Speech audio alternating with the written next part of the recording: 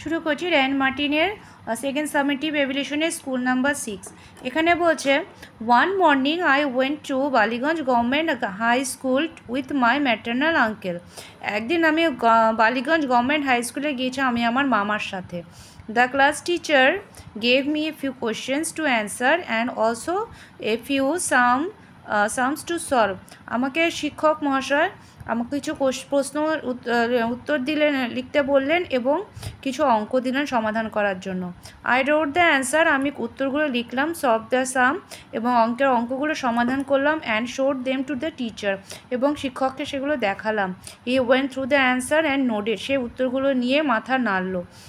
His gesture indicated that my answer were correct and thus I was admitted to the school. তার ভঙ্গিমা দেখে মনে হলো যে আমার সম্পূর্ণ উত্তর ঠিক ছিল এবং আমি স্কুলে ভর্তি হলাম। এবার চলে আসছি আমরা কোশ্চেন অ্যান্সারে। বলছে নাম্বার এতে which school did the narrator go two.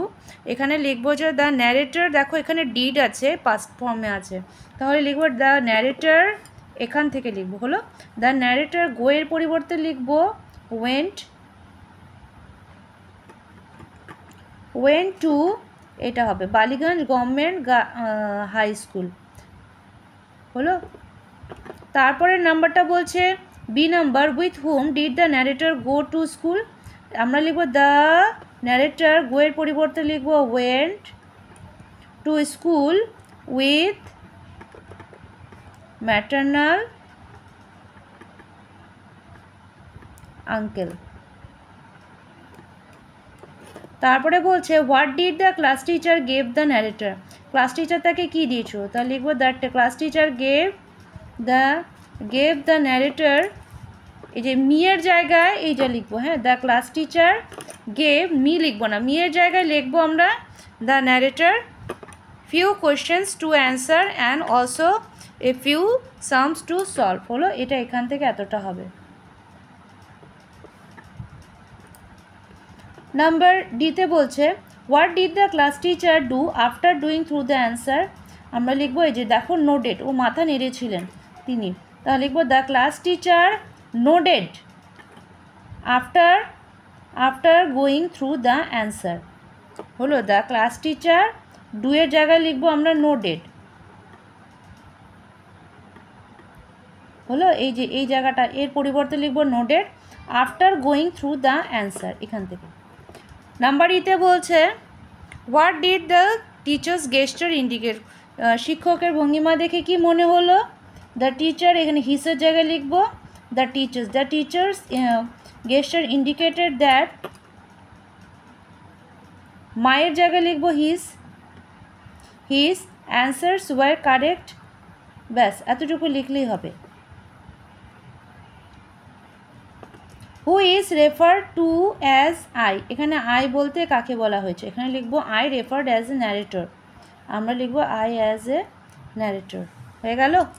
এর পরেরটায় আসছি আমরা, এখানে বলছে match the following A and B column. B কলামের সঙ্গে এই কলামে ম্যাচ করতে হবে। সামস মানে হবে এখানে ম্যাথামেটিক্যাল প্রবলেম। এ নোডেড মানে মাথা নাড়ানো, moving the head up and down to say yes, এটা হবে বি নাম্বার।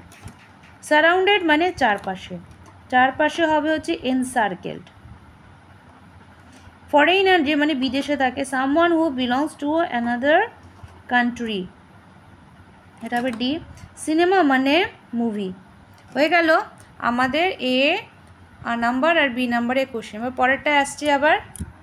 তো এখানে আমাদের পরের পেজে বলেছে গ্রামার অ্যান্ড ভোকাবুলারিতে make meaningful sentences with the following ওয়ার্ডস।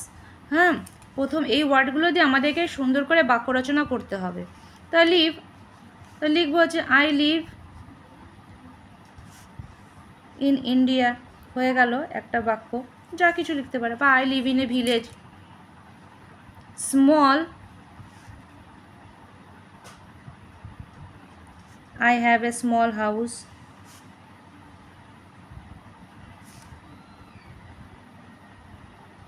বা লিখতে পারবো small family is a happy family, এভাবে লিখতে পারো। ট্রি,